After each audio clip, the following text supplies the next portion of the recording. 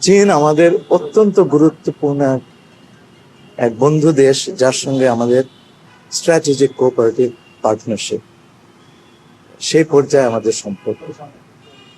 এবং এই আমাদের নতুন সরকারের তরফ থেকে এটা হচ্ছে চীনের প্রথম সফর, এবং এই সফরে আমরা আমাদের দুই দেশের সম্পর্ককে আরো দ্রুত এবং আরো গভীর এবং ব্যক্ত করার বিষয়ে বিস্তারিত আলোচনা করব, এবং এই সম্পর্কটাকে স্ট্র্যাটেজিক পার্টনারশিপের চাইতে ওপরে নেওয়া যায় কিনা সেই নিয়ে আমরা আলোচনা করব। তাদেরও আগ্রহ আছে।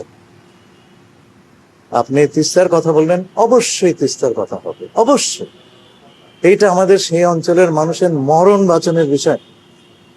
তারা ডাক দিয়েছে জাগো বাহে, সেই ডাকে যদি আমরা সাড়া না দিই তাহলে পরে আমরা আছি কেন?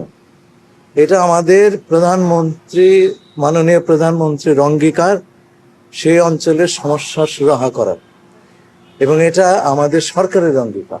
এই অঙ্গীকার আমরা পূরণ করব, এবং চীন সফরে এই বিষয়টা আমরা নিশ্চয়ই আলোচনা করব।